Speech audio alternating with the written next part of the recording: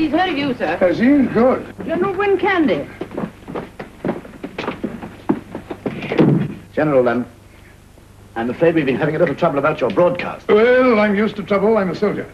Yes, the authorities think that it's a little ill-timed and might be better postponed. Think it's a little ill-timed? Who has been saying that? Why? The British way of censoring things is to look at something and say, well, I don't know whether it's really in the national interest if the public should know this. What they mean is whether it's in our interest, whether it's in the government interest, whether it's in the civil service interest. And if there's any doubt, cut it out. I've been serving my country for 44 years. What was your position before this one, sir, eh? What? A lawyer. A lawyer? Well, I was a soldier. And before that, I suppose you were at college, and I was a soldier. And I was a soldier when you were a baby. And before you were born, sir, when you were nothing but a toss-up between a girl's and a boy's name, I was a soldier then.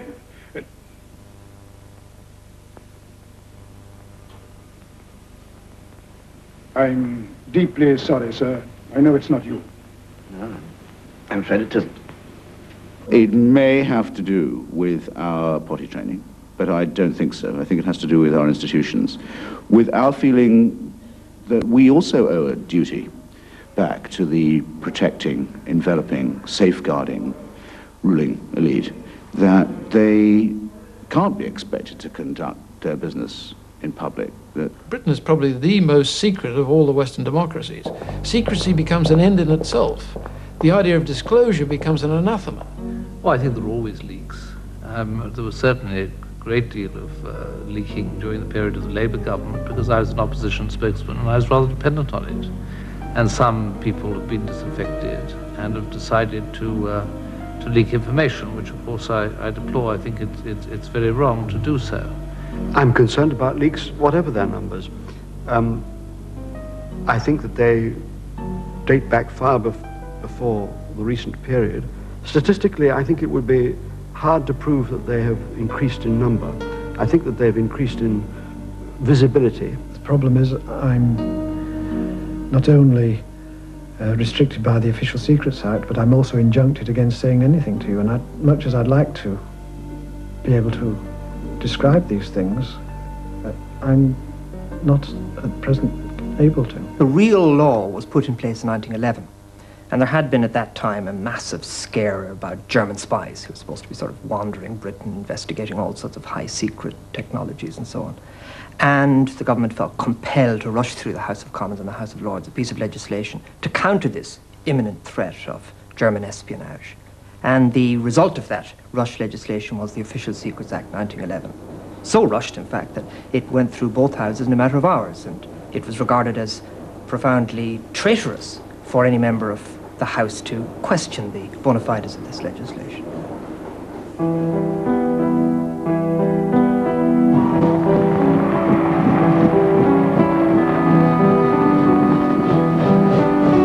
Official censorship wasn't necessary during World War I because newspapers did the job themselves. The British press cheered the troops on their way to the slaughterhouse and lied vigorously for king and country. In the First World War, there must have been more deliberate lies told than any other period in history. From the very beginning, the whole attitude of the British government was to demonize the Germans, to coin epithets that made them appear subhuman monsters. Hun, Bosch, Kaiser Bill, the whole story of the rape of Belgium, the stories about the cutting off of nuns' breasts, the rape of women and children, the bayoneting of babies, all of course turned out at the end to be absolutely false. Now, before the First World War, the British public believed implicitly in what it read in newspapers. Bets were settled by, is it in the paper? If it's in the paper, it must be true. Papers were regarded on much the same level of truthfulness as encyclopedias. Now, for the first time ever in the First World War, all those Tommies in France suffering in the trenches had a chance to compare the reality of what they knew to be true with what their relatives and friends were reading back home in the newspapers. And the difference was so enormous that it meant for that moment onwards, the average Englishman lost faith in the press, and attacks across no man's land, which resulted in 40, 50, 60% casualties, were reported as if the whole thing was a great game in which the British Tommy couldn't get enough. Now, the other way that British war correspondents distorted the real view of what was happening in the First World War was to simply lie about what had occurred. The Battle of the Somme in 1916 must have been one of the greatest disasters in British military history, a very bloody, disastrous battle. Yet the war correspondents who were present at the time used phrases like a good day for Britain and France, a hopeful beginning to the end of the war, sort of thing. Now, they justified this later by saying that they were reporting what was supposed to have happened rather than what really happened.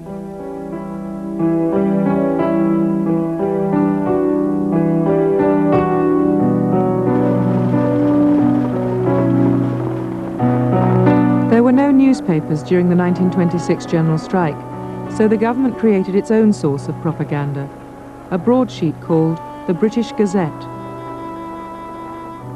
As a means of appealing to the sense of national order, the new radio medium came into its own. The first prime ministerial broadcasts consisted of appeals for an end to the class war. This is London calling on all stations. The Right Honourable Stanley Baldwin, the Prime Minister.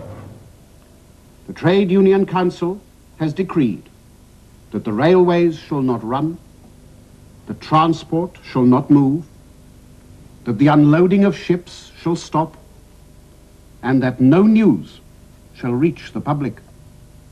Suddenly I had qualms about the word dignity that I'd written in his speech. A stupid word to use. This was no time to stand on dignity. Without reserve. That is the government position.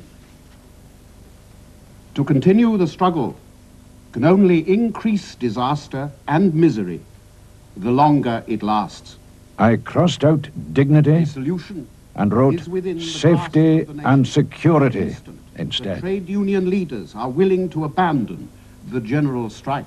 The BBC, in my view, had no real freedom from the government during the general strike. Firstly, because during the general strike, the BBC, as we now know it, hadn't been created. That's to say, the Royal Charter, although it had been drafted, was not yet in operation. And Reith knew that if he stepped out of line a millimetre, the government would probably withdraw that and have different plans for broadcasting, which, to his credit, he thought would have been less free than what he had negotiated for the BBC Charter. Secondly, he knew that there was a strong faction in the cabinet led by Churchill who wished to simply take the BBC over and make it a state broadcasting organisation, at least for the duration of the strike. I intend to warn the working man of the inevitable misery, which will be the lot of all those who participate in this monstrous strike, and to advertise the British Gazette, which I shall personally publish tomorrow. What is your objection to that? Nothing, except that most people trust the BBC to speak the truth. I don't propose to lie. I do not think they treated me fairly, John Reith moaned in his diary. They will not say we are controlled, and they make me take the onus of turning people down. But he did what the government wanted, becoming the BBC's own censor. Reith cleared directly with the cabinet and Baldwin all the key statements made about the general strike. No strike representative was allowed on the air. The Archbishop of Canterbury Temple, who was in favour of mediation and had some sympathy with the strikers at least, was also not allowed on the air. So I don't think there's much historical question that the BBC had no real freedom in the coverage of the general strike.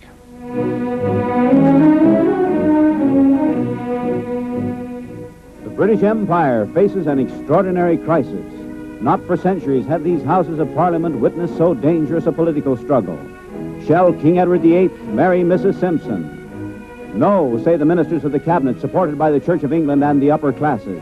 They are bitter in opposition to the king marrying the American woman twice divorced. The lady from Baltimore who married first a United States naval lieutenant and then a wealthy Londoner.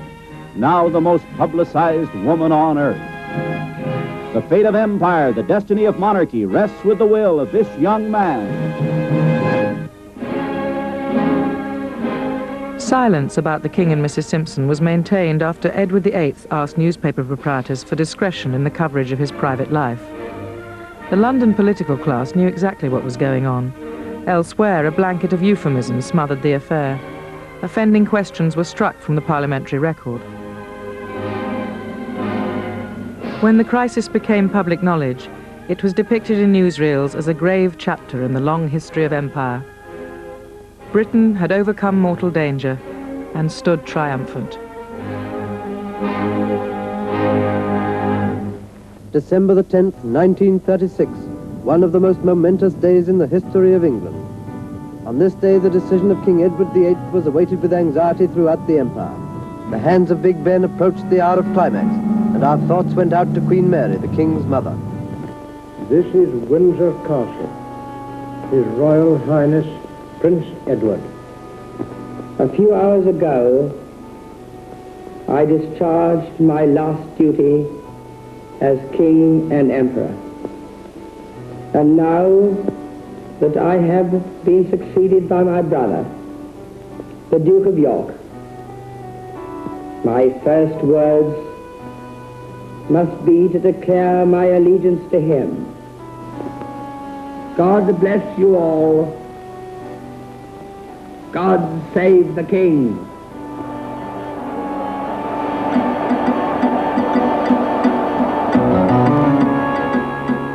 Throughout the 1930s, the BBC, with its national monopoly of broadcasting, was seen as a great institution, representing the nation to itself across traditional British divides of class and politics. The reality was somewhat different. There were certain no-go areas which the government policed very rigorously. There was a famous series of supposedly educational programs which went very well for the first 5, which were for about general kind of what we would now call civics. But when they got onto things like unemployment, the Foreign Office simply banned them. Not only did the Foreign Office ban them, but they did not allow the BBC to say that they had been banned, which is supposedly their right under the Charter. And from that moment onwards, the BBC was running scared, and they were particularly running scared in the area of foreign affairs, which was policed most closely. At Nuremberg, the scene of the Nazi Congress, Hitler and Henlein fill the picture. Appeasing Hitler became the goal of British foreign policy, pursued with single-mindedness, if not vigour. Discreetly, the Foreign Office made sure that British newsreels reflected its own worldview. Interviews with those who believed Britain should stand up to fascism were cut. What these activities spell, time alone will show. But we all sincerely hope that the outcome will be peace. This policy is not a policy that will lead to peace. It will not lead to a settlement of the affairs of Europe. It is essentially a war policy, and it aligns this country with the reactionary forces of the world. The repercussions of this event will be widespread in the dominions, in the colonies, and throughout the world. It is most noticeable that everywhere the enemies of peace and democracy are rejoicing. The friends of this country are depressed. Now who's rank? Quite a number of... Churchill accused the BBC of muzzling him. The BBC conceded that scripts were vetted by the Foreign Office, but said lamely that this was done as a matter of courtesy. If I'm good. I was given complete freedom in writing to talk of anything. At the request of the Foreign Office, former editor of the Times, Wickham Steed, was snipped out of the American-owned Paramount newsreel at the say-so of the American ambassador, Joseph Kennedy. Later, when he alluded in public to this act of censorship, he was snipped again. Newsreel at their request. I made a few remarks that I thought apposite to the occasion. Not all of them appeared in the version of the film that was shown, but one remark did appear and was promptly suppressed. It was this: I hope it will not now lead to the suppression of this film if one is being taken. Does Hitler want war? Oh no. He only wants to get, without fighting, more than he would be likely to get by fighting. And we are helping him to get it. And the Prime Minister comes home. Home to an empire filled with joy and relief, home to a welcome that he will never forget.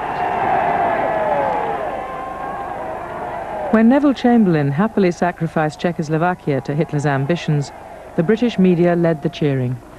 This morning, I had another talk with the German Chancellor, Herr Hitler. And here is the paper which bears his name upon it as well as mine.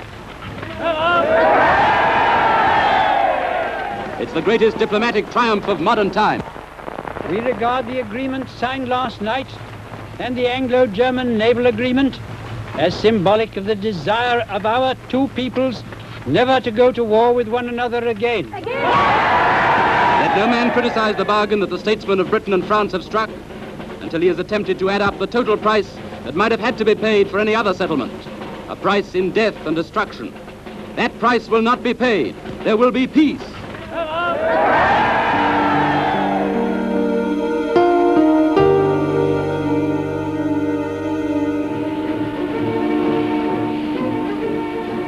Fighting Hitler in the century of total war required the mobilization of British opinion. Yet the government maintained that there was no censorship.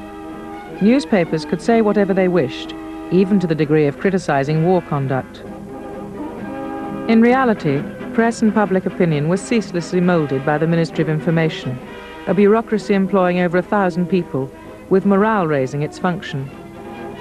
With the example of the First World War in mind, and to differentiate their activities from those of the enemy, the bureaucrats referred to their work as propaganda by means of truth. It became much more difficult to impose the same sort of total censorship as existed in World War I. And we can see the beginnings in the Second World War of appealing to the press, the media, the filmmakers, to get on side, as a phrase later used in Vietnam. And the way this was done was to say, look, we're fighting a war of national survival. Therefore, we feel the duty of the media is to do everything possible to help us win that war. Now, there was some truth in this, of course. It was a war of national survival. And everybody wanted Britain to win, wanted democracy to win. So anything that the journalists could do to help towards that was justified. As an American war correspondent in this country, I send every week to my readers in the United States a dispatch about how you people all over Britain are fighting the war for democracy. These men and women who have worked all day in offices or in markets are now hurrying home to change into the uniform of their particular service. The dusk is deepening. Listening crews are posted all the way from The manipulation of news was sophisticated and cleverly adjusted to the British self-image of quiet heroism. Within the limits created by the perceived needs to stiffen resistance by raising morale, British propaganda did often tell the truth. A few people, probably some of the people you are watching now. Now they're going into the public shelters. This is not a pleasant way to spend the night, but the people accept it as their part in the defense of London. But there was a less attractive side to British propaganda. Not Big Brother exactly, but nagging, an endless smugness and a dreary mission to uplift. The people of Britain aren't like Nazi robots. They're interested in everything, from cabbages to kings, in books about gardening, technical training, economics and heroes, and statesmen. The day-to-day history of our democracy is officially recorded in Hansard. But now in the midst of war, anyone can buy selections of the reports for sixpence. Now, I think if you're running a democracy, it's very important that people know what's going on so that they can make informed decisions about matters of vital importance to them. And yet the attitude of the British government was, we'll tell you only what we think we want you to know. Everyone was required to do his or her bit. Whether they liked it or not, intellectuals such as George Orwell became part of the war effort. I am now definitely an employee of the BBC. He had a pretty dry sense of humour, and you could see him sort of sitting, watching everything going on. Its atmosphere is something halfway between a girls' school and a lunatic asylum. And all we're doing at present is useless, or slightly worse than useless. Nevertheless, one rapidly becomes propaganda-minded and develops a cunning one did not previously have. Well, there was a lot of censorship, and everything that was broadcast had to be censored for security and policy. The tendency of the modern state is to wipe out freedom of the intellect. The modern state needs, for example, pamphlet writers, poster artists, illustrators, broadcasters, lecturers, film producers, actors, and whatnot. The British government started the present war with a more or less openly declared intention of keeping the literary intelligentsia out of it. Yet, after 3 years of war, almost every writer, however undesirable his political history or opinions, has been sucked into the various ministries, or the BBC. The BBC and the Ministry of Information later became Orwell's Ministry of Truth. Well, I think he thought that you could use propaganda machines to invent anything, to make people make speeches they hadn't ever made.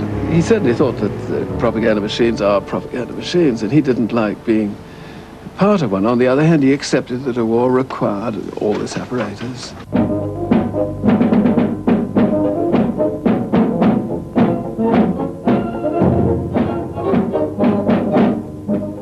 Germans were never demonized as they had been during World War I. Instead, they were rendered ridiculous.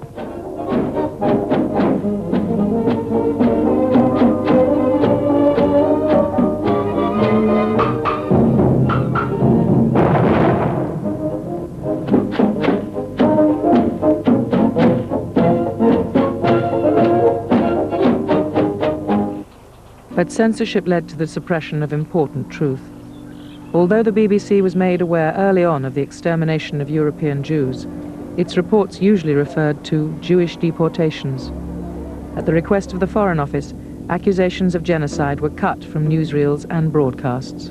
Extermination of Jews is a definite policy of Germany being carried out now. According to official reports in the hands of my government, more than 1/3 of the Polish Jews out of a total of 3,130,000 have already been exterminated. During the First War, all sorts of stories were put out. And we believed them, we used them in propaganda, and then they were completely untrue, and that propaganda, you might say, rebounded on us. British officials did not believe in the Holocaust. Poles, and even more so Jews, were busy stoking up Allied public opinion. They should be treated with caution. They had perhaps stronger feelings, far stronger feelings than the Poles, and they had, and I think Jewish people have a vivid imagination, a vivid imagination. I mean, I was wrong, yes, I admit it, but one has to try and be skeptical and balanced. Nothing had prepared the British soldiers who arrived in Belsen at the end of the war for what they saw. To them and to the British public, the horror was not believable. The things in this camp are beyond describing. When you actually see them for yourself, you know what you're fighting for here. Pictures in the paper cannot describe it at all. This morning we buried over 5,000 bodies. We don't know who they are. Behind me you can see a pit which will contain another 5,000. There are 2 others like it in preparation. All these deaths have been caused by systematic starvation and typhus and disease, which have been spread because of the treatment meted out to these poor people by their SS guards and their SS chief. A British film about Belsen, made under Alfred Hitchcock's guidance, was ultimately judged too upsetting to be shown, and never completed. At the end of the most atrocious war in history, taste was given as a reason for not showing the worst, as it would be with respect to other atrocious wars and other famines. Even in peacetime, as they were clearing their desks, the censors knew best.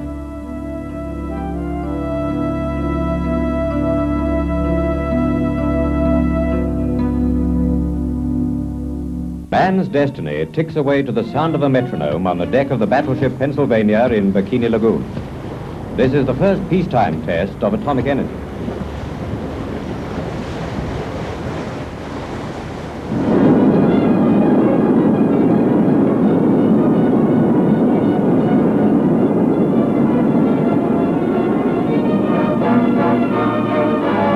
Plutonium, a new element made by man out of uranium, caused this.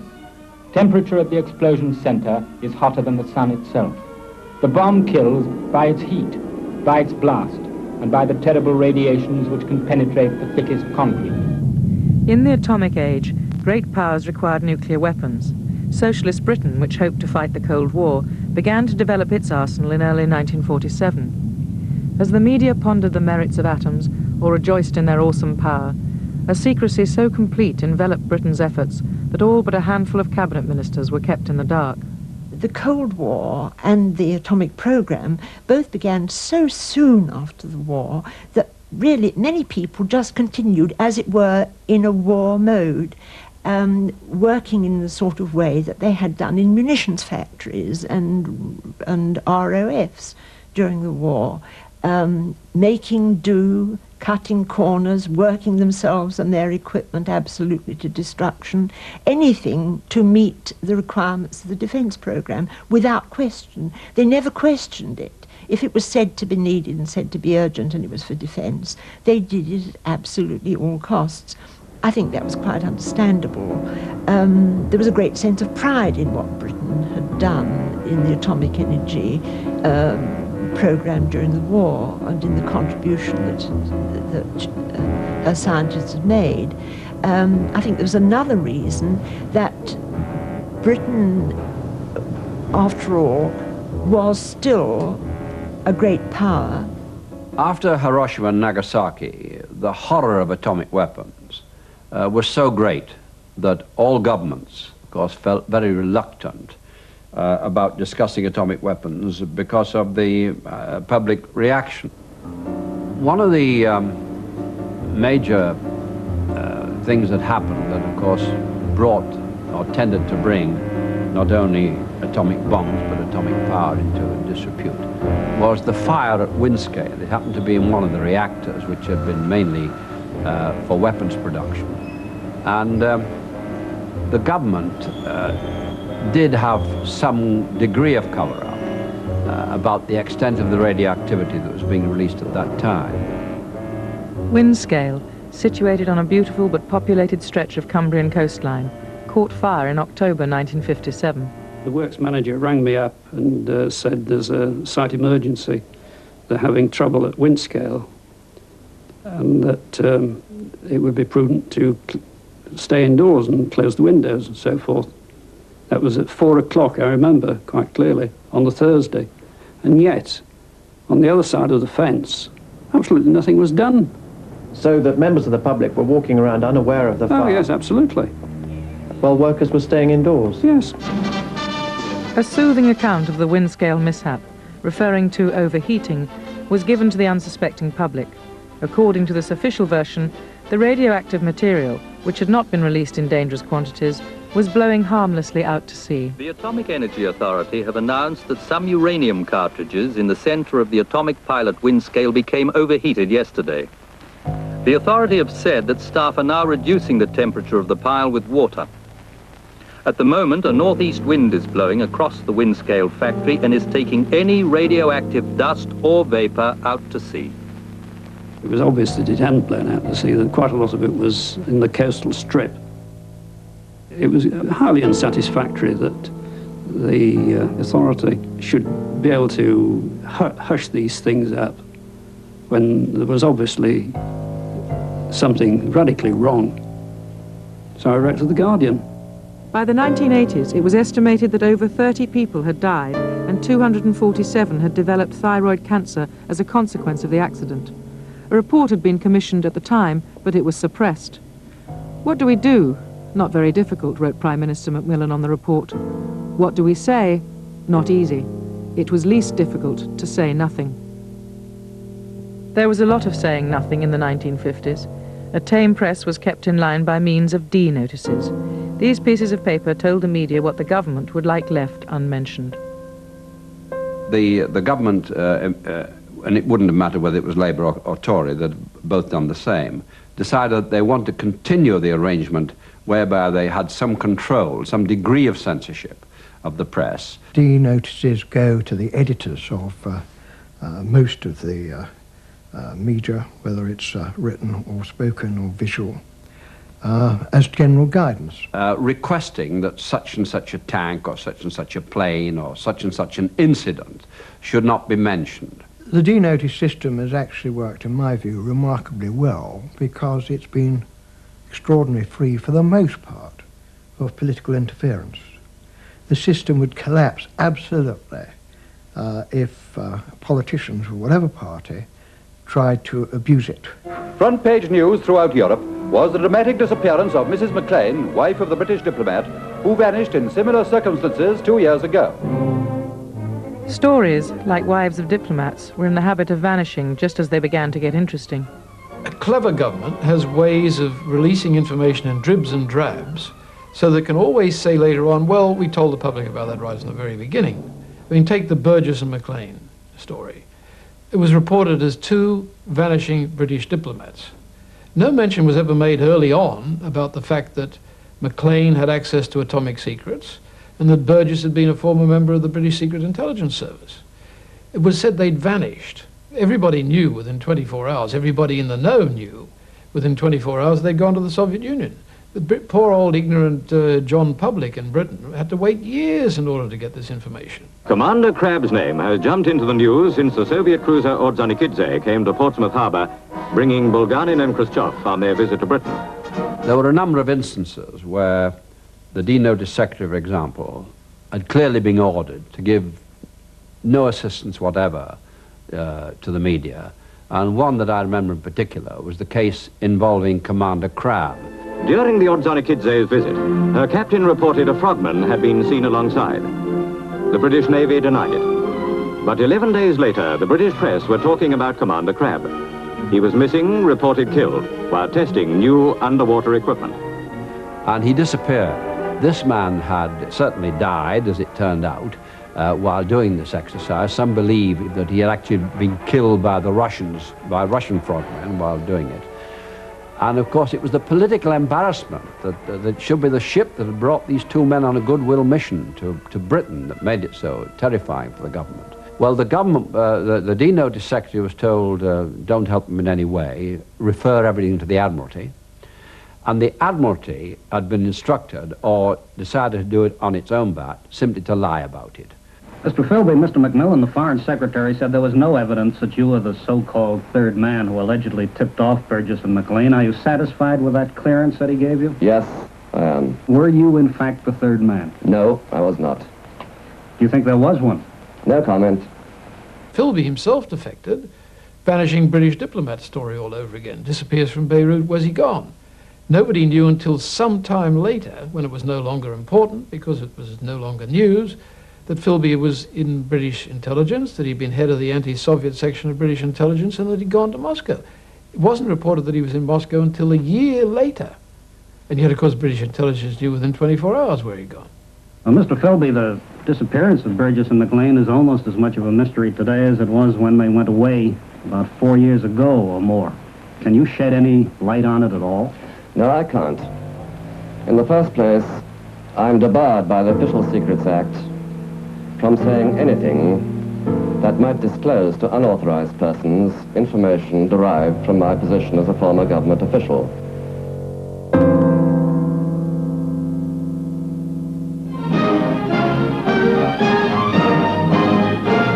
A Viking aircraft of the Queen's flight touches down at RAF Station Aldergrove, bringing Her Majesty the Queen and the Duke of Edinburgh on a visit to Northern Ireland. The Governor, Lord Wakehurst, welcomes the royal couple on behalf of the people. For a long time, Northern Ireland was a self-censored story. I mean, the people who now say it should be more censored forget that in the long run-up to the crisis that broke out in 68, 69, there was no full-time reporter from any national newspaper in Northern Ireland. The broadcasting media never visited the place, and there was a Special Powers Act which could cope with any delinquency on the part of the press on the very rare occasions when there was any. Northern Ireland was represented to the British people as a very pleasant place, with sort of the Fermanagh Lakeland there, and a country which was being run by a one-party government with a Protestant ethos, but it seemed to work. So why worry about these sort of disgruntled or truculent Catholics who were arguing for civil rights? Didn't really matter very much, did it?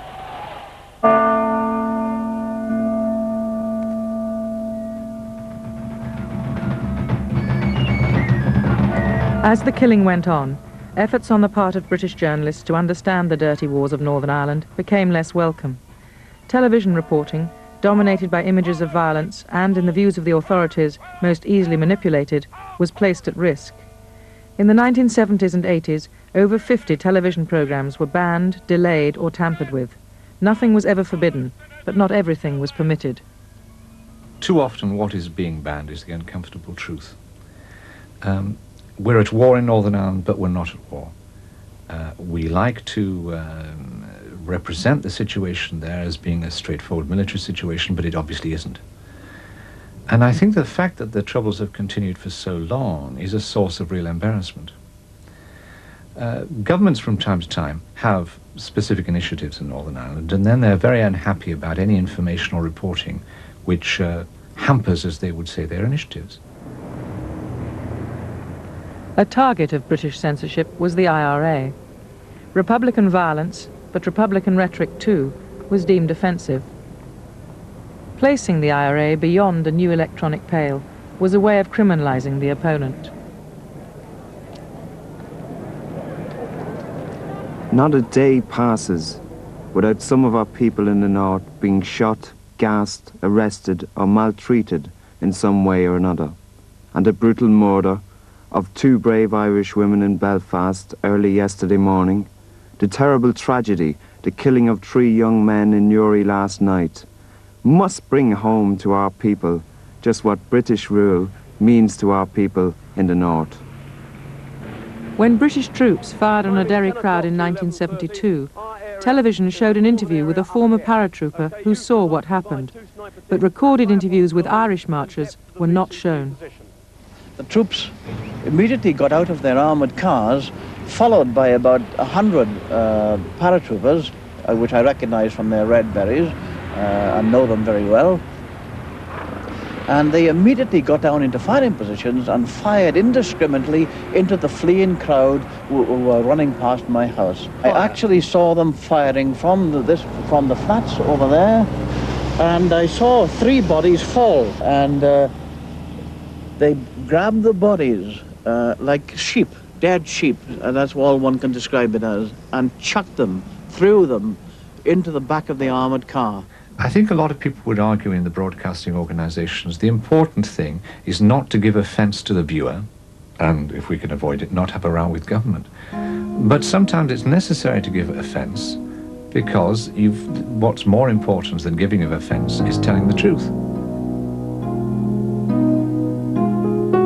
Whether British journalists liked it or not, television reporting became yet another weapon of the dirty war. IRA propagandists staged events for the benefit of news crews, and, when these were banned, pointed to British censorship as evidence of the reality of British oppression. I think one of the things which has been lost to British public opinion is really the dirty war itself, the way in which democracy, our democratic values have been compromised. I think journalism has become too reflex. There's also a tiredness about it, a failure to sort of say, look, I mean, there are things which should be investigated here. The public does have a right to know. I mean, I remember a colleague of mine, a journalistic colleague, saying to me, the public doesn't need to know that. I think that's frightening. I think it's important that the conflict is constantly examined to find out why it's there. Because only by finding out that is there a way out of it.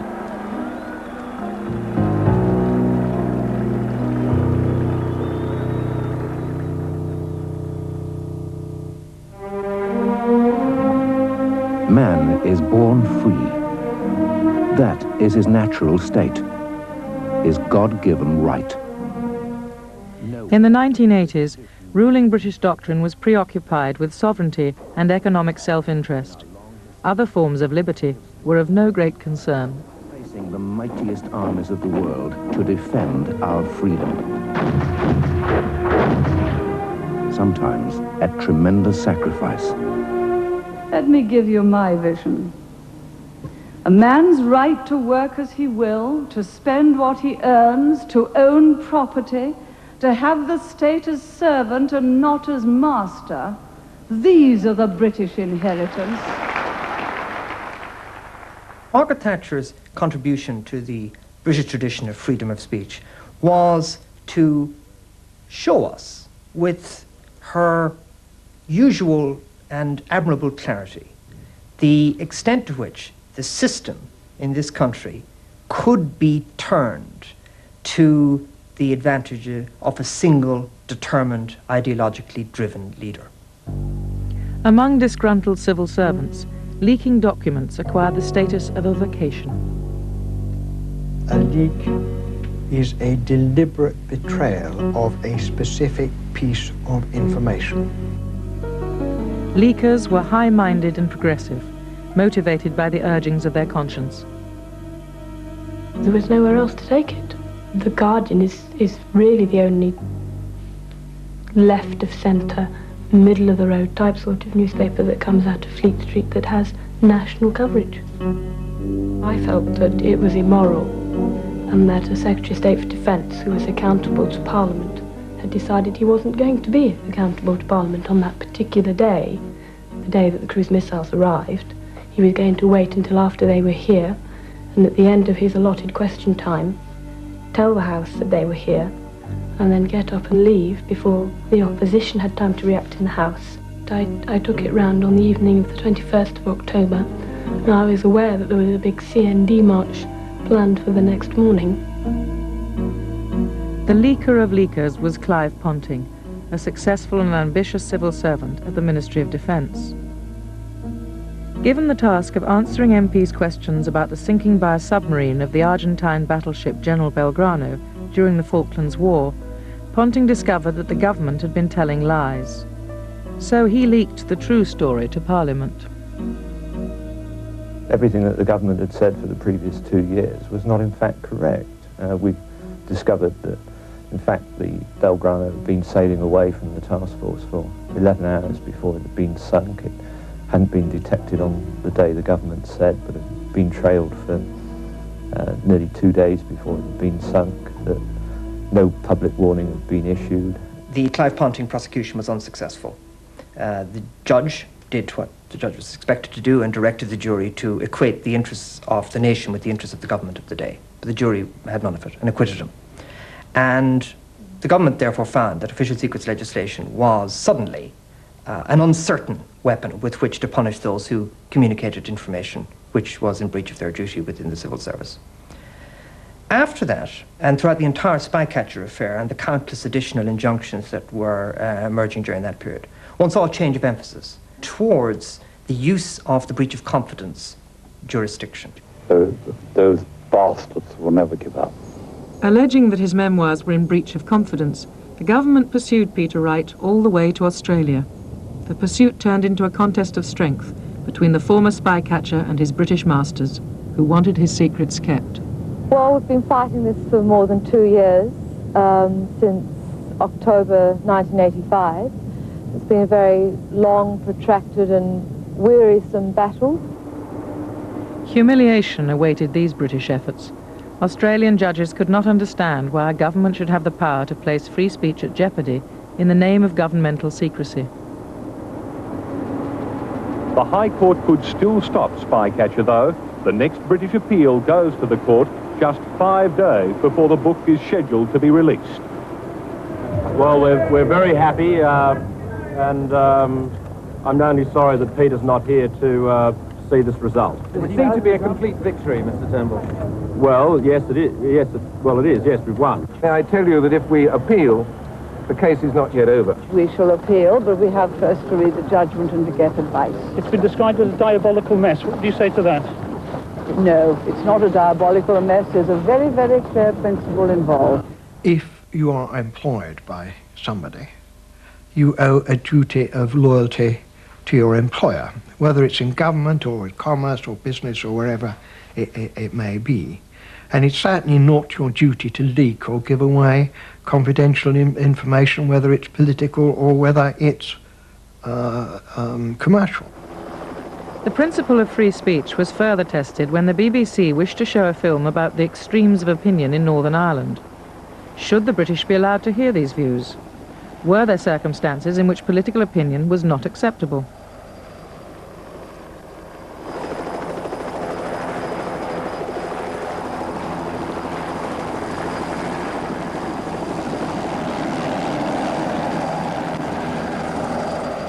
Martin McGuinness!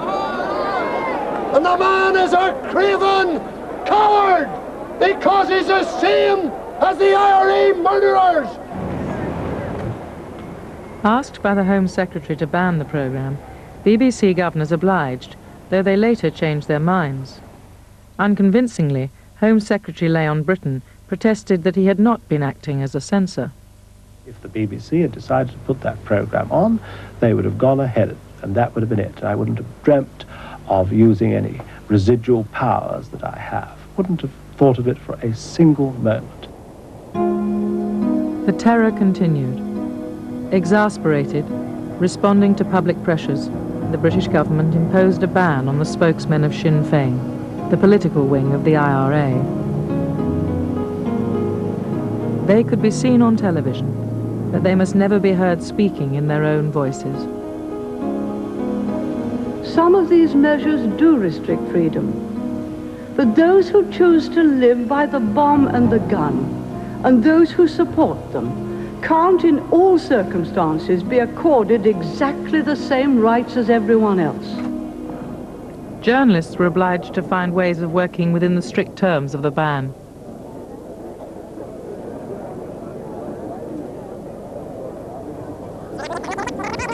Reminding them of their responsibilities, Adams saluted them as freedom fighters. As I remind them of their responsibilities, I salute them as freedom fighters. The Sinn Féin ban has clearly reduced the numbers of appearances of Sinn Féin and other paramilitaries. It has enabled Sinn Féin to hold its annual conference in Ardèche with a big banner in front of it which says censored, and it allows Sinn Féin to argue, as it has for a long time, to the people in Northern Ireland and elsewhere, that the only reason why the working classes of both Ireland and the United Kingdom aren't united in support of Sinn Féin is because the message is censored and so on. A new Official Secrets Act in 1989 purported to liberalise existing legislation while making it more coherent. Critics believed it meant more of the same. If I were a Martian drifting into Britain, I would first of all be utterly staggered that it described itself as a democracy, and would need a great deal of instruction as to why it was. I don't believe that the present form taken by the monopoly of power and information by the civil service, or the ability to short-circuit Parliament, could be sustained if there was a Freedom of Information Act. We have no Freedom of Information Act, we have no Bill of Rights. What we do have is an Official Secrets Act which says there's no public interest defense, there's no prior publication defense, so the rest of the world can read something, but you and I, oh no, we mustn't be allowed to read it. So I think an already secret society, which is what we are, has become more secret. Big brother! Big brother! Big brother! Big brother! Big brother! Big brother! Big brother! Big brother! Attention! A later bulletin has just been issued by the Ministry of Peace. The southward advance of the Eurasian army on the African front is still continuing. It is feared that unless a counterattack is launched immediately, the whole of Central Africa may fall to the invading hordes. A defeat in this area might well threaten the very heart of Oceania itself. In this grave crisis, the Ministry of Truth will continue to issue frequent bulletins.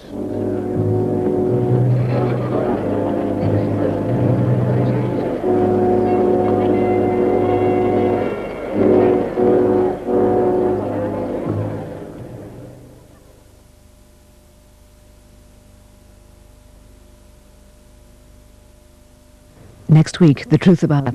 That's next Monday at 9. This season's special booklet is full of up-to-date information on censorship worldwide. It's jointly published by Channel 4, the British Film Institute and New Statesman and Society.